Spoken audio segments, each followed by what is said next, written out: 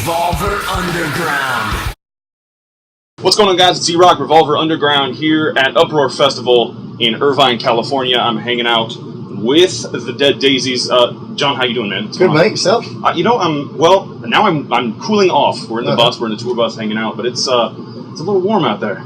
It is, yeah. It's been like that the whole tour. It's just been some places more hot than others, but you know, it's a good way to lose weight. Yeah, that's true. That is very true. Well, tell me a little bit about the Dead Daisies. You guys have a pretty good group of people that are in bands. So what's going on with these guys? The Dead Daisies originated out of Sydney, Australia. Myself and a fellow called David Lowy. Him and I wrote all the songs, and we came to America and recorded the album. We went back to Australia, and before anyone had even put anything out, somebody heard some of the tracks, and ZZ Top invited us to do some shows with them, and then Aerosmith heard some tracks, and they invited us to tour New Zealand and Australia with them. So we said, we better put a band together.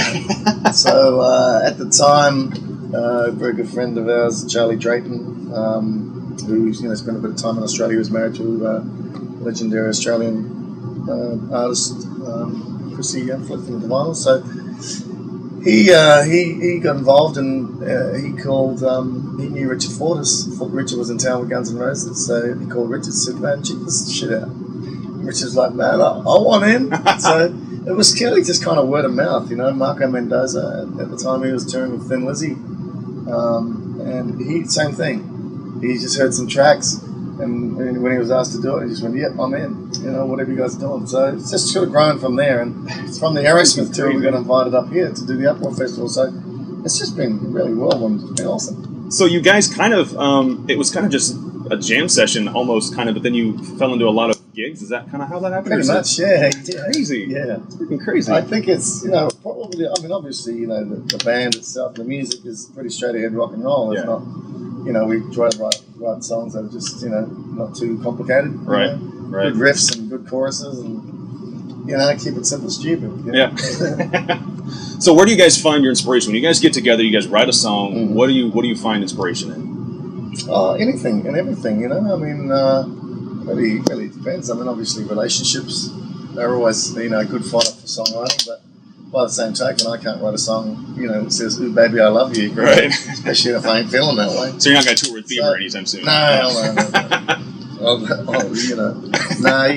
So, I don't know, songs come from everywhere. I think as a person who's, seen a lot of the world and done a lot of things, you kind of write from experiences or your own observations about life, and hopefully, try and impart some of that to somebody who's listening, Absolutely. So what is the best writing environment for you guys? What does that look like? Oh, it looks like vodka. Cranberry. For me, you can never sort of, tie down inspiration. It just happens, and you got to just capture it like lightning in a bottle, You just got to capture it at the time, Right. Obviously, with a band, when you're in the studio together, it's about capturing that moment where everything gels. That's, the energies collide. After a long time working with musicians and working in studios and just being in bands for years, you kind of know when that happens. It's something that you kind of just know, you feel it. Yes. So, it's a lot of instinct is involved. I try to maintain keep it. If it feels good, then keep it, Yeah. Well, so Uproar Fest is kind of winding down now. This is the last leg of it. What has been the best part of being in this position?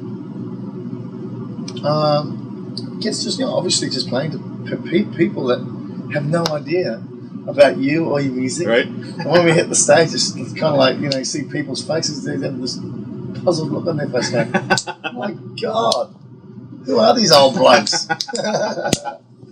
Well, and it's good, because we're a new band, and yet, we have a lot of experience in our band. Well, and I think that's good too. That you're not just coming into it new. You're not. You are, but you're not. Like you just said, there is a lot of experience. Yeah. So it's nice to see that certain people can come together and they can just kind of go out, have a good time, because that's really what it's all about, right? That's exactly what it's just having a great time. That's what we're doing. Fair enough. Well, where can we find you guys online? What's going on? Well, the deaddaisies.com. That's the first place to look. Obviously, there's a Facebook page as well, deaddaisies.com Facebook, and Twitter. although I have never been on Twitter, but I did go on Facebook. And I guess, it's the same with everything. I mean, everyone's tuned in and plugged in nowadays with computers, and so, people check it out. If they like it, they like it. Yeah. If they don't, well, check out Justin Bieber. Yeah. Maybe not. He's got enough fans. We need some. But he's not I don't know that he has real fans. I think rock music has real fans. Of course, rock music's rock music. Yeah, it's always going to be that way. That's real players. Yeah, absolutely. All right, well, I'd like to take up more of your time, but I know you got a lot of stuff to do and a lot of good things to happen. And get ready for a show. So absolutely, man. I appreciate it. All right, brother. See you soon. Take care.